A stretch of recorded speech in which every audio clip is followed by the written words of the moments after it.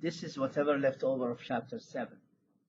The most important topic is dilution, and I will snip the problem here and see how we can solve this problem here. Okay, dilution. As you are aware, in the lab, you are using a lot of dilutions, and if you have seen in the pharmacy, people are working, pharmacists working in the back of the pharmacy store. They are working with a lot of dilutions as well. So let me take this one here and then copy and paste it into.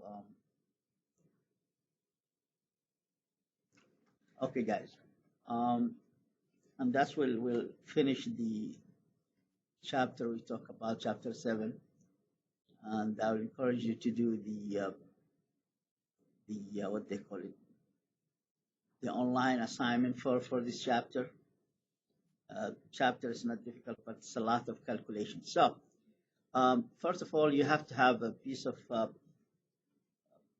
flashcard. We don't use really flashcard anymore, but piece of paper would be enough to write all the formulas of chapter 7. You have plenty of the molarity, mass over volume percentage, mass over mass percentage, volume over the volume percentage, or dilution law. So all those laws are, or formulas, not really laws, formulas, you need them. So let's start here, look into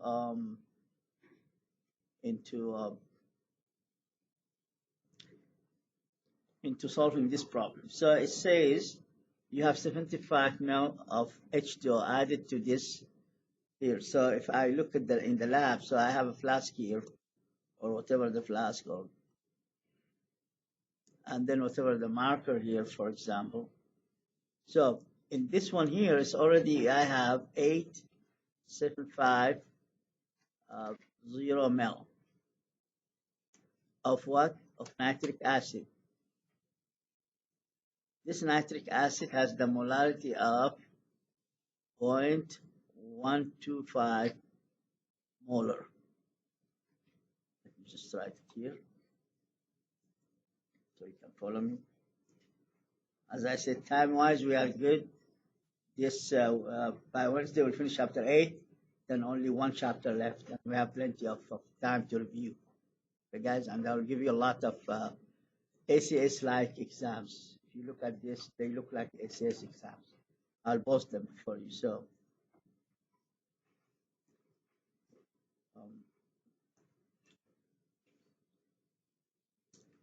this is nitric acid, my stock solution, the clean one.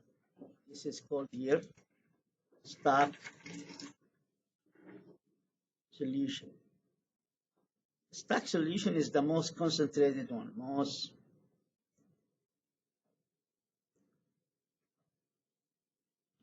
most concentrated.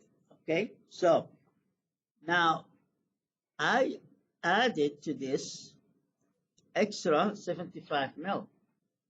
This is the concentration with this amount here inside this volumetric flask.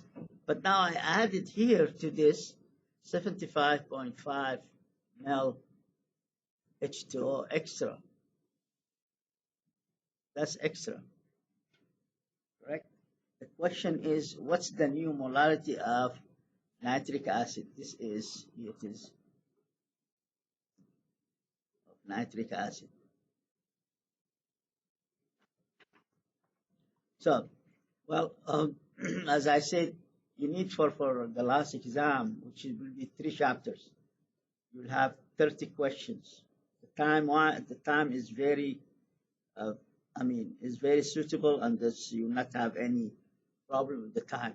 So I put, I think, adequate time, enough to finish all of those questions.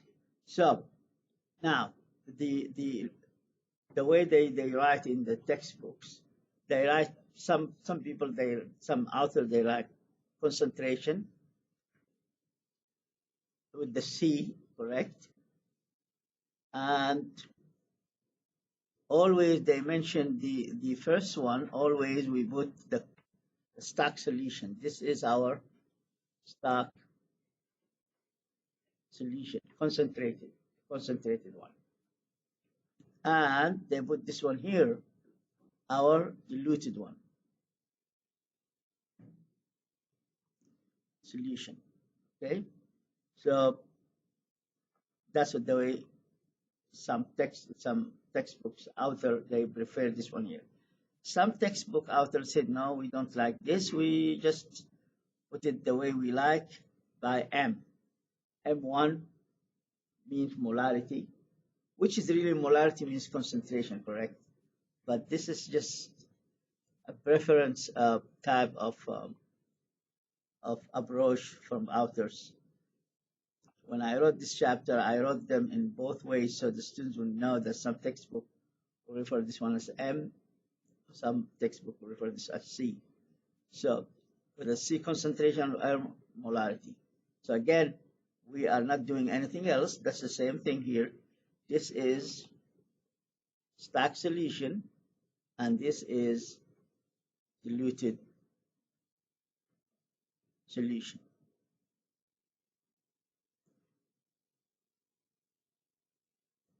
Okay, guys, so let's solve it together.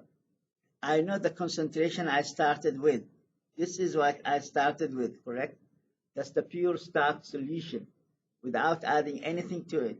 So I write this one here, this concentration or this molarity here, whether concentration or molarity, whatever you like. This is the pure one without adding anything to it, correct? And the volume of it in the flask was 875 ml equal M2 here. I'll put it here, M2. Well, I don't know it's M2. That's what you have to calculate. The diluted solution concentration, we don't know. However, the V2, I know. The V2 now, how much? I have to begin with this. I added what? 75.5, correct? I added extra. So the total here, V2 is the total, correct? V2 is the total. So let's have this, and then I will just put the whole thing back again. So are we done with this? You can take snapshot of this. Everybody has this. Can I take it out? Everybody has it? Okay, good. So I'll take this one out, and then I'll just the numbers here now direct. So now we decided to take M. We decided to have this one, correct? This formula or this law. Oops, not both of them. We have to be consistent. If we are using M, we have to use M all the way. If you're using C, you have to use C all the way.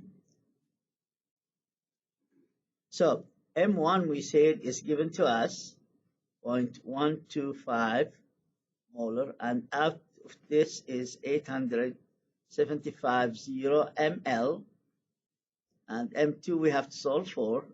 Now the V2 is really what? Is total volume of this plus this, because you add it to whatever you have, whatever the volume you have. So the total volume of the new solution is 875.5 plus 75.5 ml. ml cancels out. So solve for M2. What should I do? Somebody will tell me. I'm solving for M2. I divide both sides by what? 875, correct? 8.750 here, sorry, plus 75.5. And divide this one here. So this one cancels with this. Divide this one here by 875, 0. Of course, the ml of the ml cancels out. So that's M2. Here's M2. Now you multiply this by the sum of this. And you have to watch for the sig fix. It looks like the least sig fix from whatever. Here's 3, here's 4, here's 3. The winner is the least sig fix, which is 3, correct? So just by looking at the numbers given to you, so your numbers, sig fix would be 3, not 4, 3, the least one. So somebody has it, or you want me to calculate it for you? Somebody has it? How much? No? Well, I know today is what? Monday, correct? Or Wednesday today? Today is Monday. So, yeah, that's, remember my students in the lab, we have still lab to do, correct? Don't sleep on me on the lab too.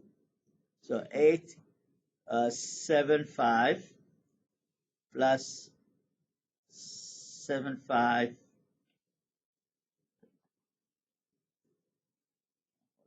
5 here. This is this 950. So this is, oops, 950. I can just do it here. Copy it and then put it there. Just paste it. So this one here is 950, guys. 950.5. The ml of the ml cancels out. So now I multiply 0.125 multiplied by 875 divided by 950. So let's see here. I have, let's clean up the whole thing, 0.125 multiplied by 875.0 divided by 950.5. So I got a bunch of too many sig figs, but I can take those 4 here for the time being, and then see what's the correct answer. The correct answer we said will be, sorry. So the answer is here. What will be the answer we say? Remember, this is 3 sig figs, 4 sig figs, and here is 4 sig figs. So we get 3 sig figs, the least one, correct? So will be what? The answer is 0.115 capital M molar, or 0.115 mole per liter, or 0.115 molar. So 3 units. Capital M, mole per liter, or molar. So now if you look at this, we did not take the whole sig figs. We took only the 3, the least number, and this, which is 0.105. So we started with concentration is that much, 0.125. With dilution means you are dropping, you are diluting the solution. And I gave you an example of this. What if you are drinking coffee and the coffee is so bitter? So what you will do? You add milk to it, or just a hot tap or to it, correct? So the bitterness will go a little bit away, not to 100%, but it will. The more you dilute the solution, the more the bitterness of the coffee will be weaker and weaker. So you can, it's drinkable. The coffee will be drinkable. So that's chapter 7. I will conclude on this, and I will recommend you do the Chem 101 active. There are some questions, a lot of questions on that. And if you have any question, you should really utilize your teaching assistant, the TA. Our TA is here. You can see her. Somebody talk to her at least? No? Somebody utilize her surface? No? None? Well, I assume if somebody is not approaching me or my TA, I assume you are a professional, you know whatever you are doing. That's my assumption. I might be wrong, but if somebody is not seeking help, is not coming and ask for questions, so the assumption of a professor will say, okay, those are very professional. They know what they are doing. They know the material. Correct? My assumption is correct? Or my assumptions are correct? No? They're not correct? Well, that's what I assume, and that's what my TA is assuming. That you don't approach her. I mean, you are a professional. You know what you are doing. Everybody knows what he or she is doing? No? Okay. Somebody said sure. So, okay. I'll trust you. That will be reflected in your last quiz, the last exam, correct? We'll see how the grades will be. Anyway, any question about this? Seek help. If you don't know, seek help.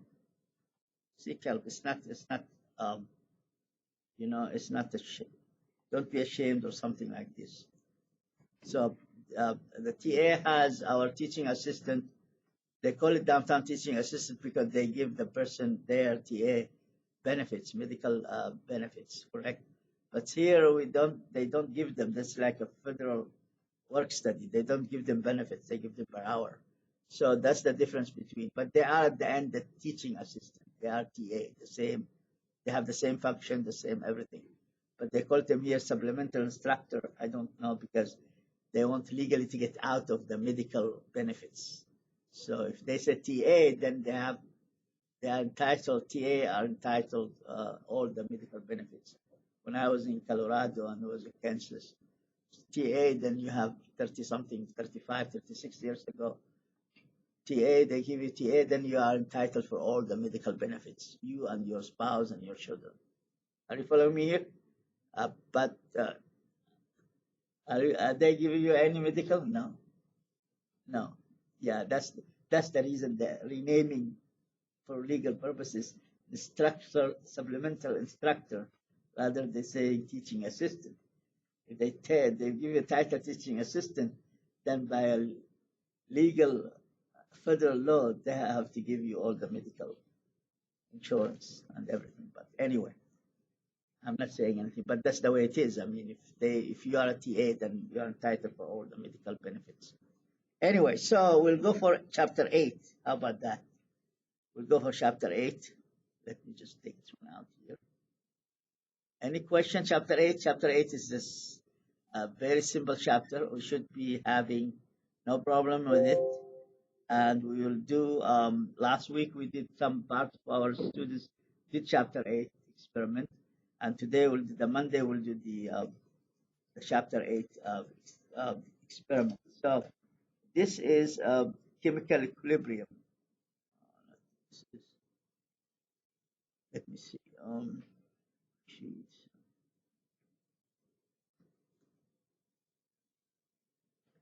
Here it is. Chapter 8. Chapter 8 is about chemical equilibrium and rates, but mostly it's chemical equilibrium. It's a very simple chapter. It's not that much of calculation, but it has a lot of concepts. Cool. So we'll take the first slide here. The kinetic theory here, kinetic theory here of molecular kinetic theory tells you that any compound cannot be really formed until you have the collision between the molecules to produce a new product, correct? And this collision cannot be utilized unless you have the correct alignment and orientation. So the molecules are hitting each other, colliding with each other in the proper way, in the proper orientation and proper alignment. If they are not in the same path, guess what? Molecule will go this way, the other molecule will go the other way. They will not collide. So they have to have a proper alignment with each other. And then not only this, the most important part of it, besides the collision, you have to provide enough energy to help this chemical reaction to occur, a new product will be produced. So you have to provide the activation energy, which is the amount of energy needed to break those atoms loose from each other and then let them react with each other. So, for example, I have in our car, we have gasoline, correct? Everybody, gasoline, and we have oxygen. So as long as the car is not ignited, the gasoline can stay there for forever, correct? But as soon as I provide activation energy to the spark plugs will spark. As soon as this spark is providing enough energy to ignite the gasoline in presence of oxygen, combustion reaction, correct? So you are combusting the gasoline, and this combustion is exothermic, will create a lot of energy, a lot of heat, a lot of energy enough to move the pistons up and down. That's the whole idea. So, as I said, two items needed in order to have a new product. First of all, the proper first of all collision, which will depend on the proper alignment, correct, and the orientation of molecules against each other. So not one is in the all the way the other side and the other side. They will not collide. They have to come and align themselves in a way they can collide with the same with the proper alignment, correct. And in order to have this, you have to provide the spark plug, the activation. You have to spark the spark plug so that you have to provide the activation energy to help those molecules to break down from their own selves, correct, and then attach to the new part of the other molecule. So that's what you can see. So that's what's happened here in this figure here. You can see here. I have, for example, just to give you this nitrogen and oxygen. I'm introducing a brown cloud called nitrogen dioxide, correct, from the naming, nitrogen dioxide. Now, this will not be utilized. You have, this is a triple bond here for nitrogen, and this is double bond for oxygen. So how in the world you have those here together to get this here, correct? So in order to get this one here, so negative, positive. So, but anyway, so you get it. You have to break first this one loose and this one loose. You have to break the nitrogen from itself, nitrogen molecule. You have to break the oxygen from itself. Then when you have them by themselves, atom, not in a molecule, then they can combine, correct? And that will not be utilized or not be feasible unless you provide enough energy, correct, to break those molecules in apart, and then they will react and they produce your new compound. Are you following me here? And that's what it says. You have to provide this energy, and that's what the spark plug. If the spark plug is not working, you can wait for millions of years. The gasoline will never be combusted. The gasoline with the air, with the oxygen, never. So you have to provide what you have to provide.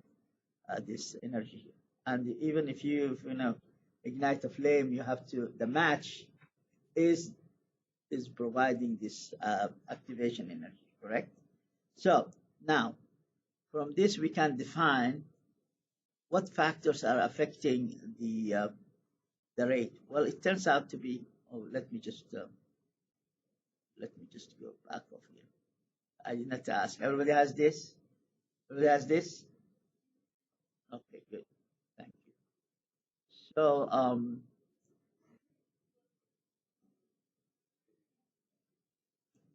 okay, so what are those factors affecting the rate of the reaction? Well, it turns out to be, we did this one here a couple of years ago, a lab for that. So we have, what do you think factors can affect the rate of the reaction?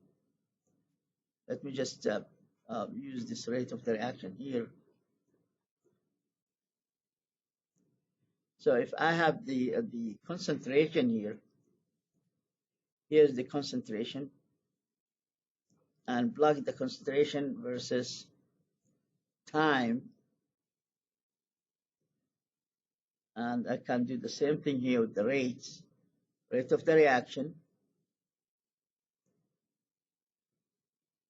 with time. So I have two graphs. The concentration, it turns out to be, this is the reactants. That's the reactants. The amount is decreasing by time, and this is the products, correct? And here if I have this one here, this is the forward rate of the reaction. That's the forward rate of reaction. and here is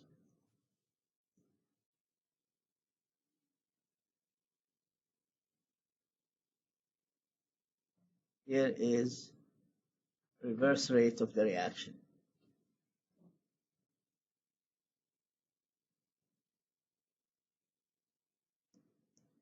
I can give you an example of this. We can look at an example of this one here. Is nitrogen gas plus 3 hydrogen gas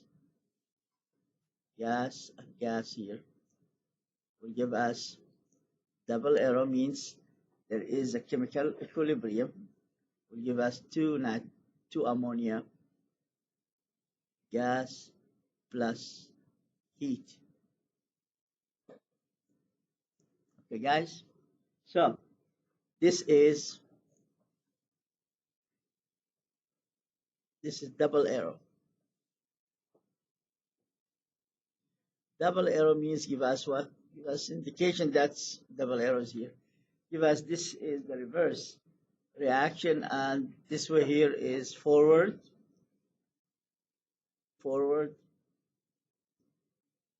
and here is reverse.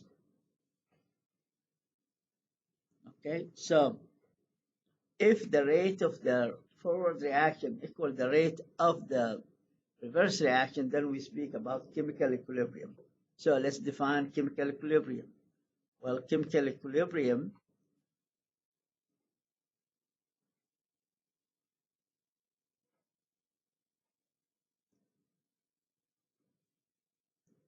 is a chemical reaction, but very unique,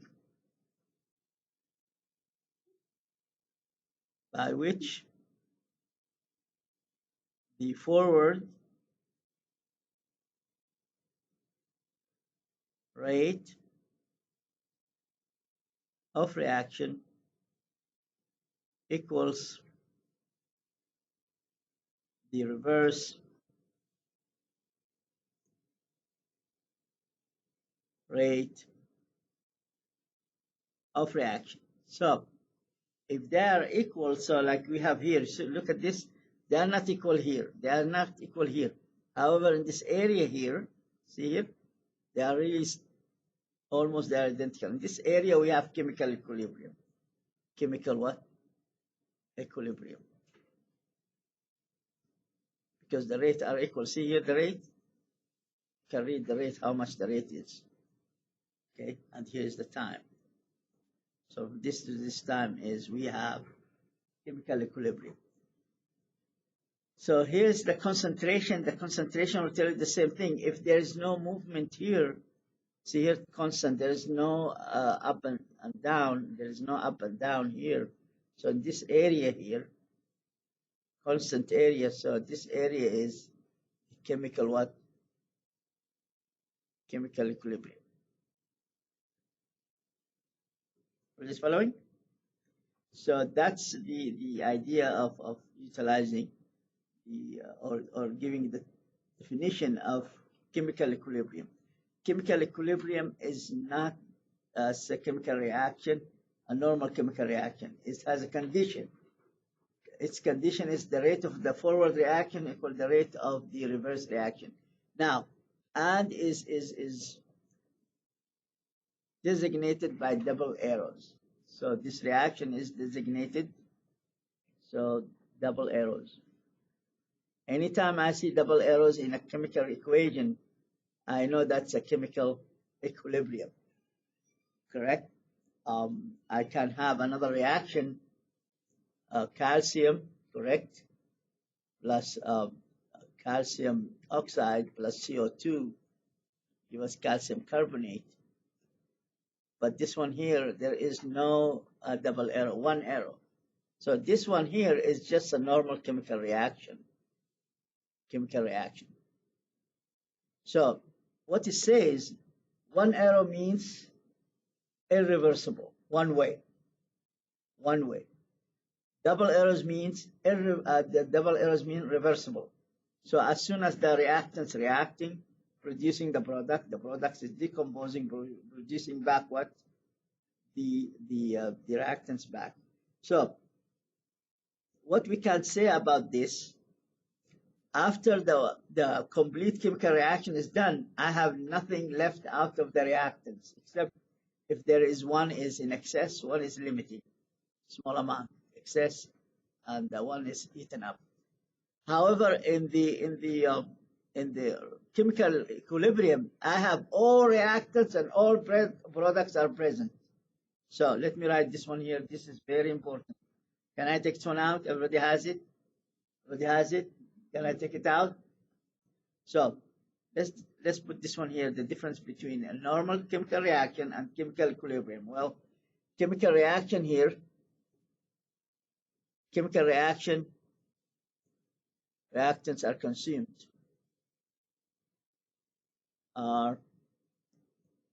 consumed during the reaction.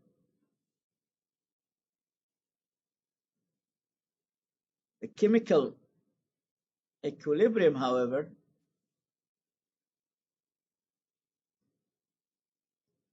none of is consumed. Both reactants and products are present even after the reaction is done. Both reactants and products are present even if the reaction is done,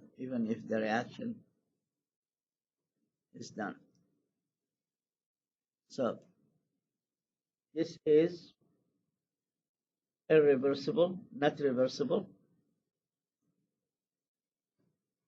This one here is reversible.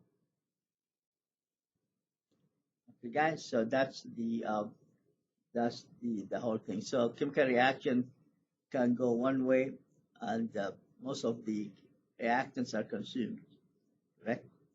But chemical equilibrium, both reactant products are present, going back and forth, back and forth. So can I take this one here? Let's look at the factors that affect rate of the reaction. There is certain factors affecting the rate of the reaction. Can I take this one here? What are those factors affecting rate of the reaction? Factors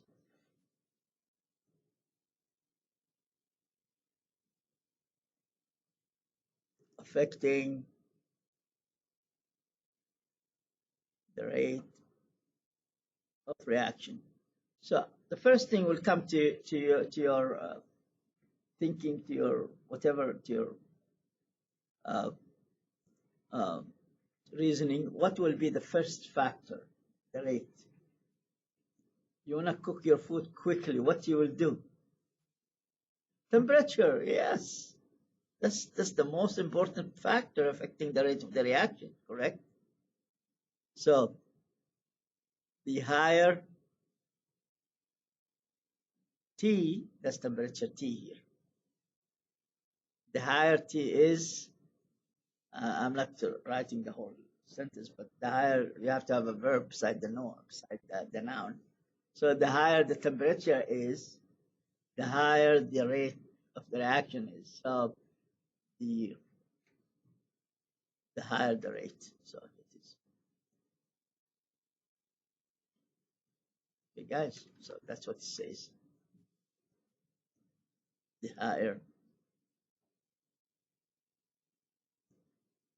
the rate of reaction. What else? Somebody will tell me. Don't look at the thinking without looking to anything. Temperature is the most important one. We know that. So if I want to cook my stuff quickly, so I have to crank the whole thing. In the lab, sometimes I tell you the boiling of H2O on the hot plate, whatever. I said just crank it the whole way, so that H2O will boil as soon as possible. So which one? Concentration, correct? Concentration. C. So the higher concentration of the material, the higher the rate.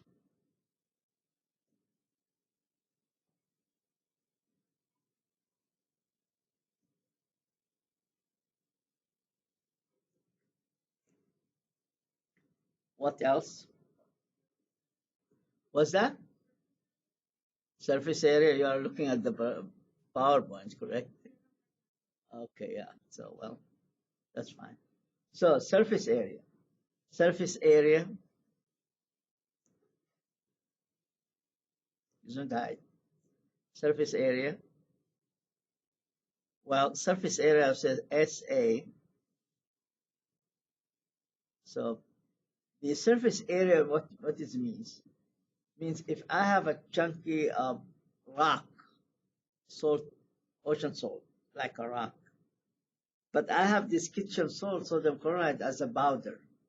Which one will have more surface area? So here it is. This is chunk. It's like stone here, stone found from the oceans. So this is say ocean salt. Ocean salt. Okay, like this. But now I crush the whole thing here.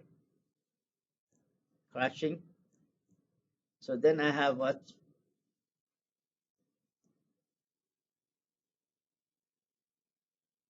I crushed it, correct? Now look at the area. This area is just here, correct? See the area here? This area. But here now, when you have crushed the whole thing, you spread the area of that same material, larger area.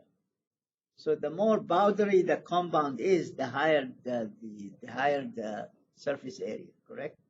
The more crystals, small tiny crystals, the material is, the higher the surface area. So if you have, anytime you have chunk stuff, that's the area is really limited with just this area here. Surface area would come from here.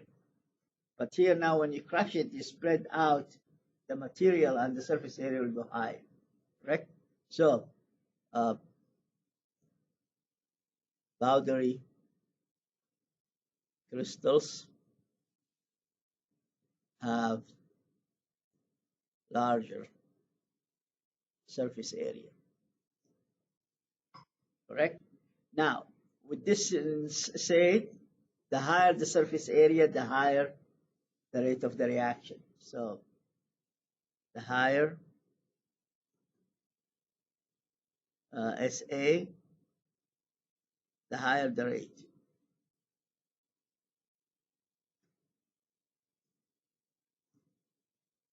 Okay, what is the last one?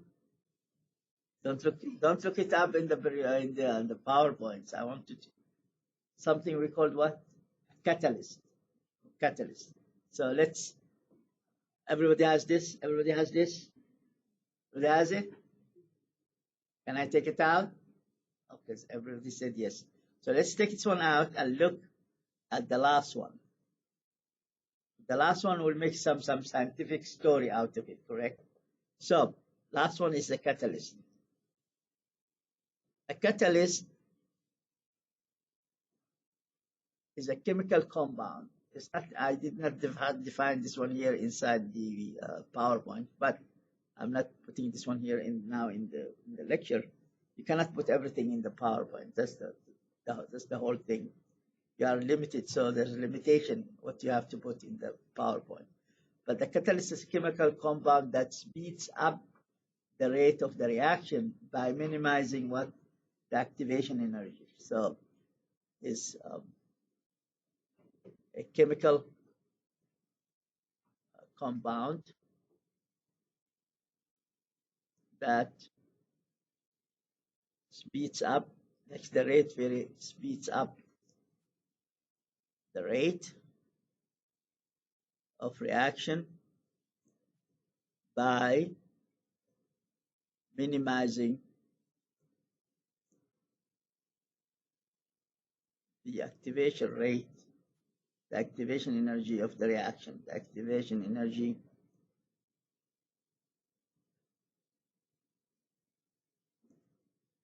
this is one. Second one itself is not part of the chemical reaction.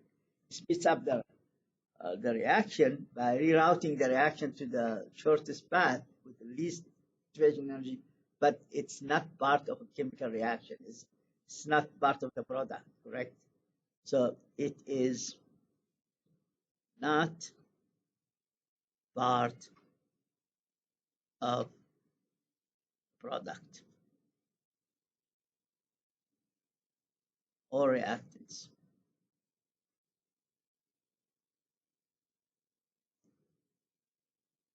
So it routes the reaction to a path with the least activation energy.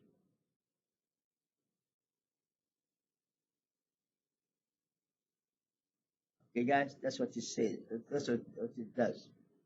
So it's not part of the chemical reaction. It's not part of the. I mean, it's just rerouting the whole reaction through a path that's really minimizing the activation energy. Correct, guys? Now, while this is good in non-living cells or non-living chemicals, it is not recommended if somebody has a disease or cancer or anything. You cannot speed up the rate of the reaction inside the body of a human. That person has an illness or any type of illness. You have to, in the other side, you have to put what? The opposite of this, what will be? What's the opposite of a catalyst? Opposite? Come on, don't let me know. In English. English now, composition. The word catalyst speeds up the reaction. What's the other one? The opposite? English. That's English. That's had nothing with it. What's that? Non-catalyst? No, not right. It's Monday. You are letting me down. Inhibitors. So the chemotherapy is really nothing less than inhibitors, slowing down the rate of the reaction, being the chemically active cell, which is free radicals, come and attack the other healthy cell, and therefore these tumors will spread out, and then you have the stage of tumors go to cancer. Cancer is the latest stages of those tumors being spread out. Inhibitors are given to any person has illness or that can spread all over the place. So you slow down the one. And sometimes you have to get some inhibitors. If you are producing explosive, for example, you have to put some inhibitors to have more control on the outcome of the reaction. You don't put catalyst. You'll be blown up with this whatever you are producing. So you have to be careful. Inhibitors are sometimes desired to slow. Not every time we need to speed up the reaction. Sometimes we need to slow the reaction so we have more control on it. So inhibitors means the same thing. Chemical compounds that not speeding up, that what? Slows down the rate of the reaction. But the same thing. They are not part of the products or reactants. And they are really reroute the whole reaction by not decreasing. The catalyst is decreasing the activation energy. The inhibitors is what? Increasing, correct? And for that, I have for you scientific story here. Can I take this one out? Are we ready for a scientific theory? Today is really Monday. Sounds like real strong Monday today. So we have a lab, guys. So don't sleep on me on the lab. So now we have a mountain here. I lived in Colorado for a long time, many years. As a matter of fact, I took my Ph.D. from Colorado. Long time, 30 something. Now at that time my hair was black, but now it's, yeah, that was, my kids in their 40s. So this time is really had passed very quick. So we have a mountain here. I'm not an artist here, I apologize, but I'm trying to. So that's Colorado. This is beautiful. Colorado is very beautiful in the spring and the summer. In the winter, forget about it. It's very tough to drive, very tough. I mean, you drive one way, you see yourself, you are heads on with the other route because your car is spinning and then it goes to the other place, to the other. Yeah, it's happened to me a couple of times. It's very scary. But anyway, so we have this mountain here, and then we have two friends here. I'm trying to draw them very well. One is here, the second one is here. They went to a trip here. That was in the summertime, beautiful, yeah. So they went here, and then they have somewhere here a restaurant the other side. There is a restaurant here on the other side. I'm trying my best to draw it here. Here is a chimney, and here smoke's coming out of this restaurant here. Whatever, this is a restaurant here. So, and they want to go to get some food. They just spend all this in the mountains going through the whole thing. Is so beautiful there.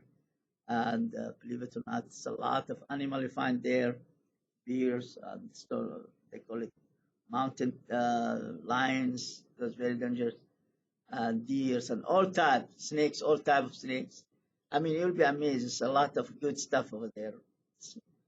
So now they were talking and discussing about they are very hungry now. They spend a couple hours in the forest, and they want to go out the mountain here to get to the restaurant. Well, then they found an old guy, a wise old guy here. Let's see.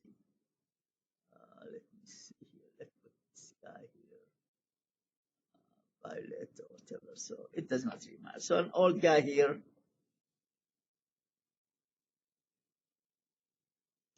With the cane here. This is a cane here. So they found that guy here. There, ask him, there is a restaurant. He said, yes, there is a restaurant. They want to go all the way up.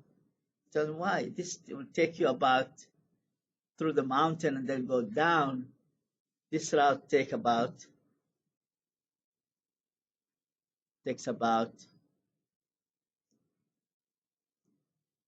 2 hours.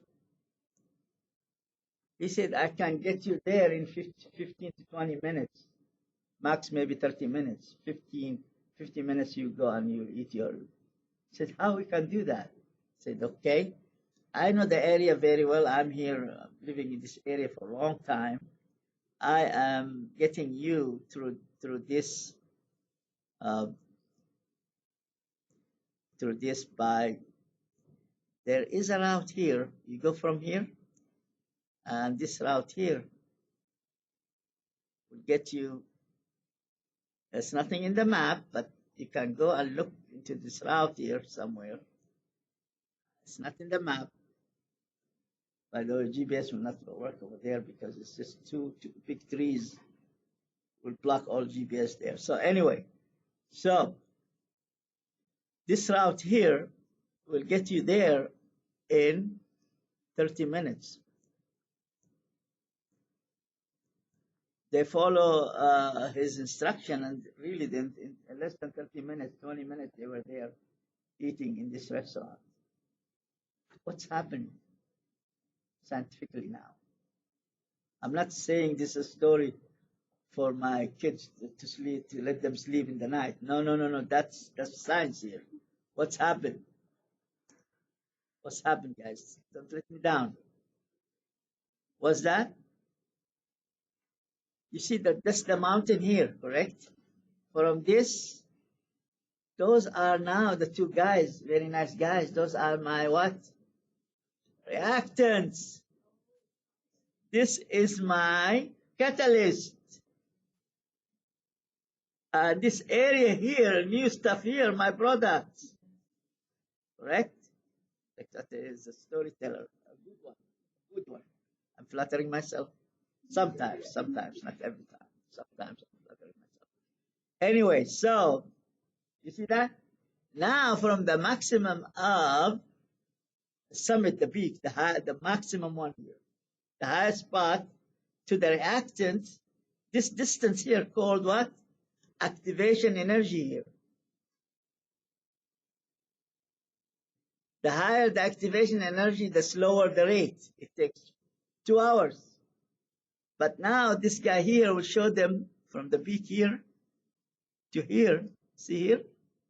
This is activation energy. It does really reduce. This is less than 10 here. So it is 15 minutes. See the activation energy here? Activation energy. You can see. Can you see the difference now? Everybody can see the difference. Activation energy here. So, does it? This catalyst goes with them? No, he did not go to the restaurant with them. Just show them around. It's not in the map. It's not in the GPS. Correct? Show them just the route. Go there, and you find yourself in less than 30 minutes, 15 minutes. You'll be there. You don't have to spend all the way. You go all the way. It takes a lot of energy from you to go uphill. Downhill, so you go by what? By your gravity, correct? By gravity, you go quicker downhill. But uphill, it takes a lot of stuff. So that's distance here from here to the summit to the highest spot called activation energy from the reactant side. Correct? From the reactant side. The higher the activation energy, the slower the reaction. The smaller the activation energy, the faster the reaction. Are you following me here? So, you get now this is good? Now let me flatter myself again. I'm a very good storyteller. Okay? Scientifically. Can I take this one out? Let's look now at a real diagram. The diagram will be looking like this. Now I have here, okay, I have, let's put two of them so you can see exothermic versus endothermic. I think you remember that. So there's two types here. One type goes like this. One type will go. Okay, so let me take this one here out.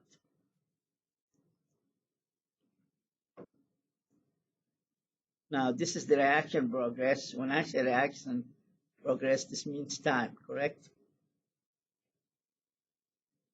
Which is time. And this is reaction progress. That's the x-axis. The y-axis is the energy itself.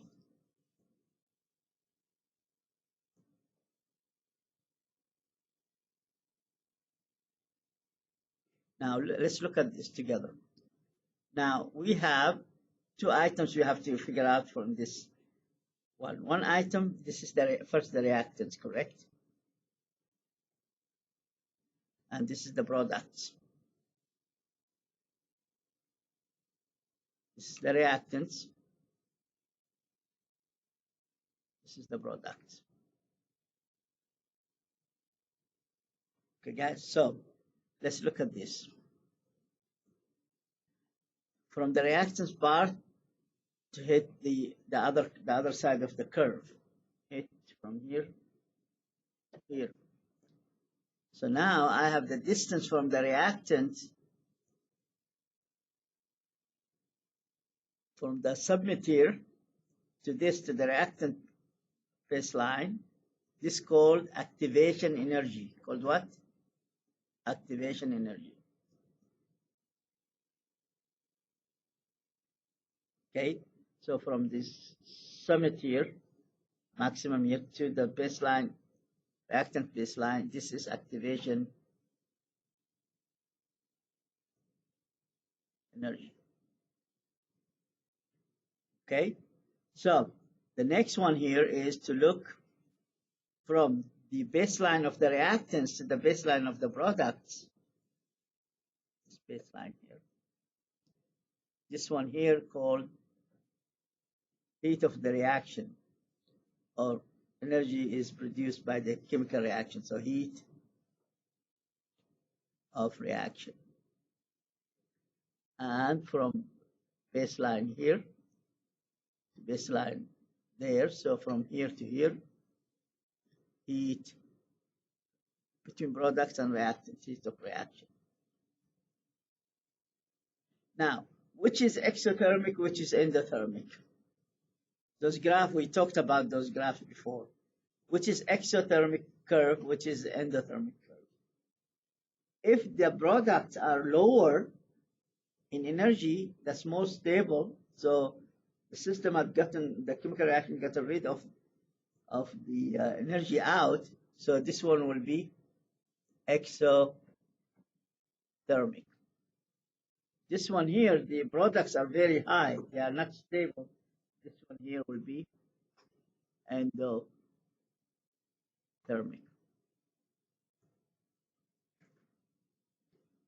Okay, guys, everybody's following? So now, with this in mind, let's do it the rate. Let's, instead of we are putting the energy, we'll put the rate. And then we just put this one, we will add the rate. Well, if maybe yellow, I'm not sure if the yellow, or maybe green. So now, you can take the exothermic, you can take the endothermic, whatever. Anytime you use a catalyst will tell you this activation energy will be cut in half, or depending on what. So this is activation energy using catalyst. Activation energy using catalyst. Correct? And the same thing here, if you look at this, this will be always from the reactant side. So this one here will be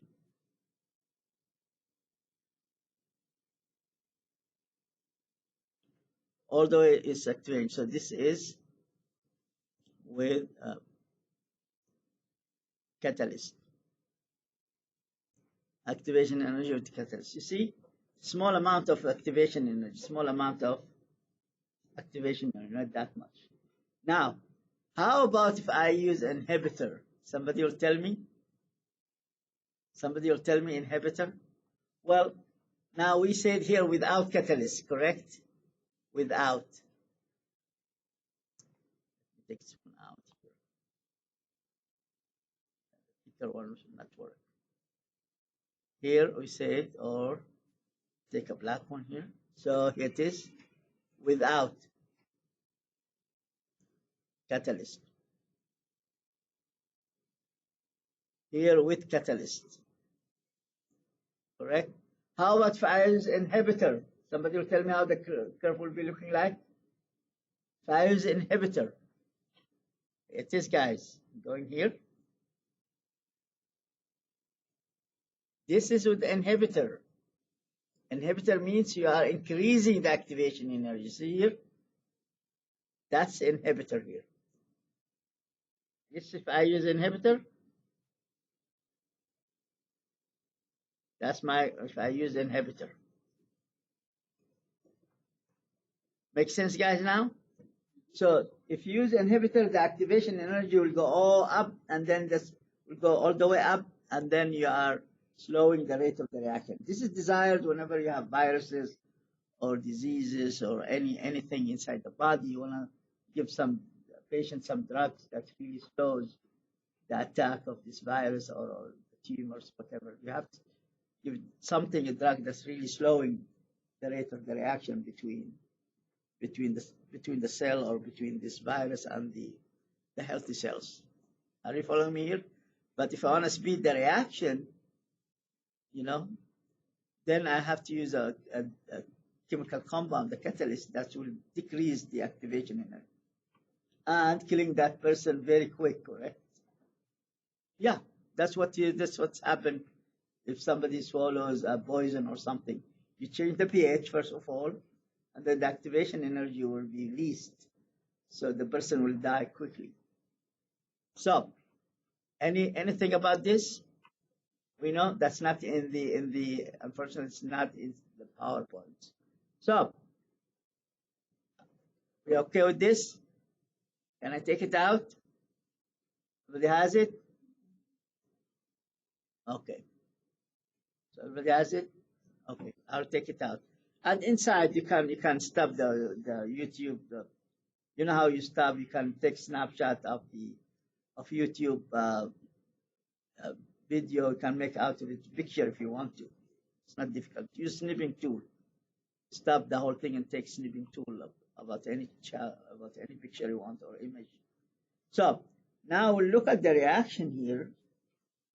We said we have the temperature, the concentration, surface area, and the catalyst. And we talked about catalyst versus inhibitor. Now we look at the chemical equilibrium in the sense that uh, what's really affecting the direction of the chemical equilibrium, forward versus reverse, left versus right.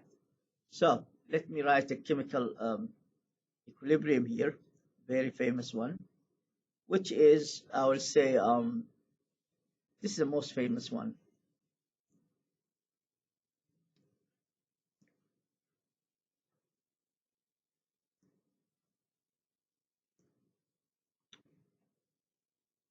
Hydrogen still, sorry. Hydrogen, gas, double arrow.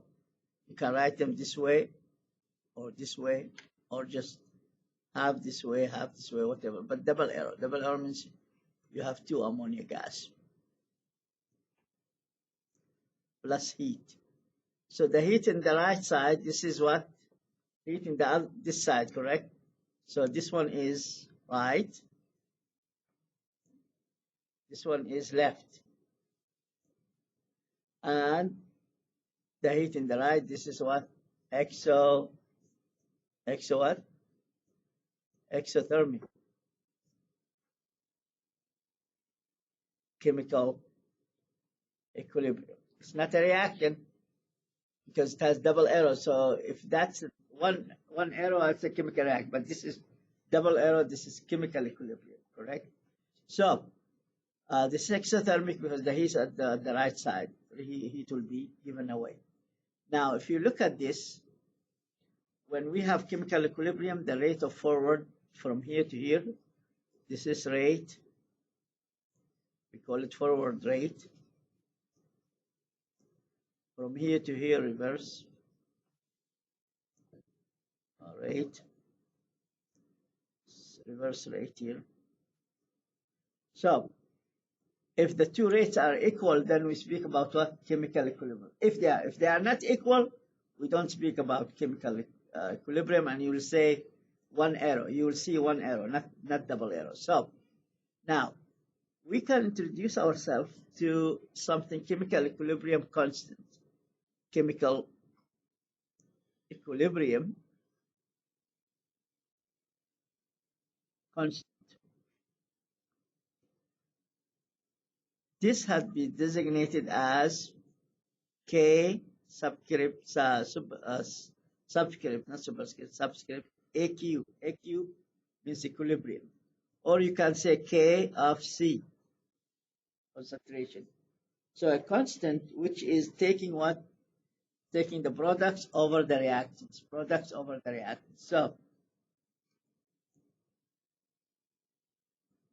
everybody has it? Can I take it out? Take it out? Okay. Now I repeat myself now. Look, where is this chemical equilibrium? We have nitrogen gas plus 3 hydrogen gas, double arrow here, 2 ammonia gas plus heat. And this is double arrow means we have equilibrium. So then the K subscript of EQ, equilibrium constant, let's call it what? Equilibrium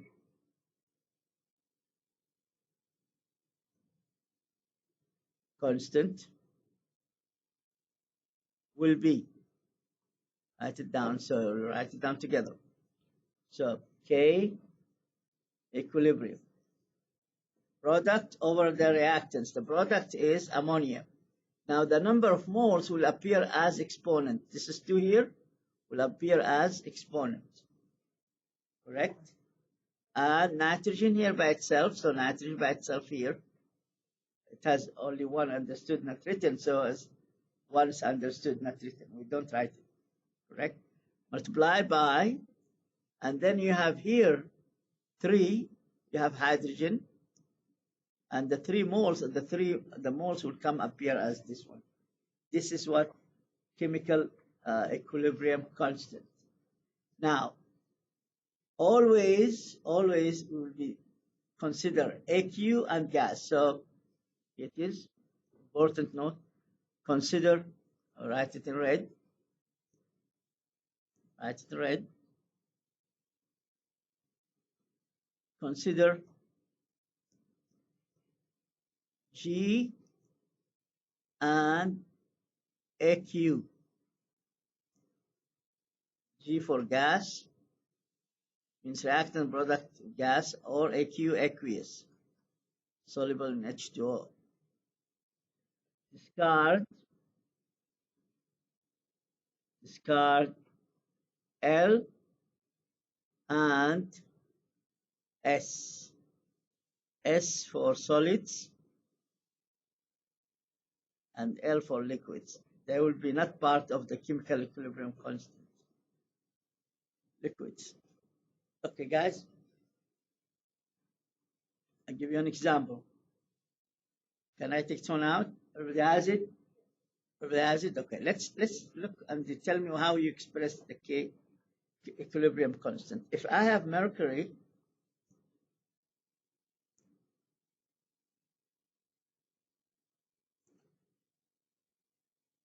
mercury is, if you look, mercury is a metal, but it's what? Liquid, correct?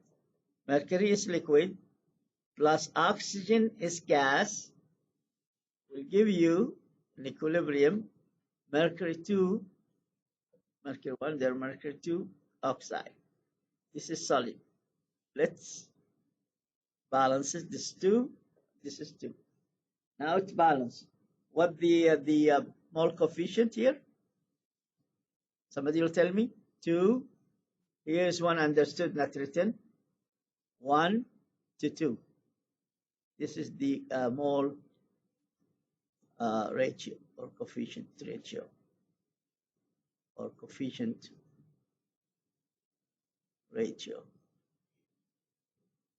Okay, guys. What will be K equilibrium? What will be our K equilibrium? Somebody will tell me? Let's see. Let's put this one here, another color. Yeah, that's not in the PowerPoint, correct? Is it? No. We can try, but it's not there. So we said the product over the reactants. So let's write HGO, okay, square, and Hg by itself. It has 2 will be square multiplied by the reactants oxygen, and it's over 1.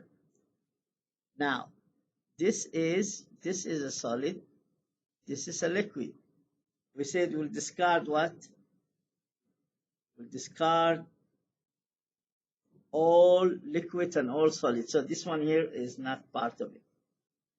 This one here is not part of it. So the chemical equilibrium is really 1 over O2. Gas, that's of course gas. See here? This is our chemical equilibrium constant. Chemical equilibrium constant has to get rid of all the solids. We don't consider solids and liquids, only gases and aqueous. Gases. This is what? 1 over O2. Everybody's following? Okay, good. Let's look at maybe some examples here. And before we do examples, we'll do the values. We'll do the values. So, can I take this one out? So we discarded the liquids and the solids. We kept just the gas and aqueous if we have aqueous. So let's take this one out. There's it. So we have three values for K equilibrium. K equilibrium. values. It's equilibrium constant, correct? Chemical equilibrium constant. So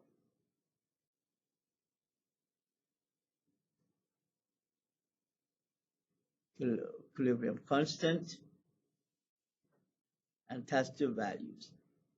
KAQ can be greater than 1.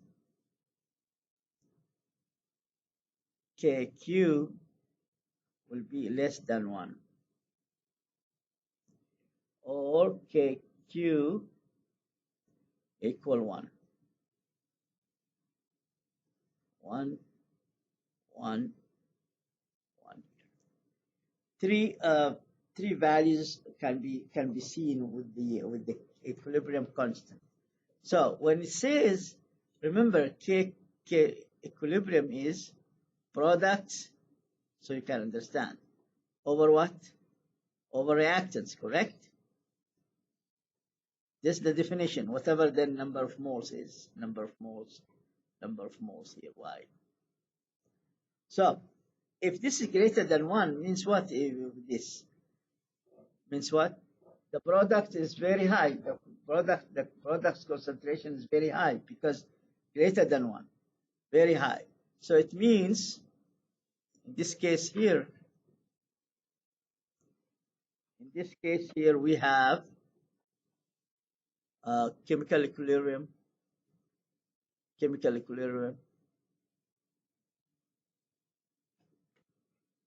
favors the products, correct? If it's less, then it favors what? The reactants, because if it's least, means the reactants are large amount. It favors reactants. So it means the reaction is barely has happened, so is not enough reaction is going on, not enough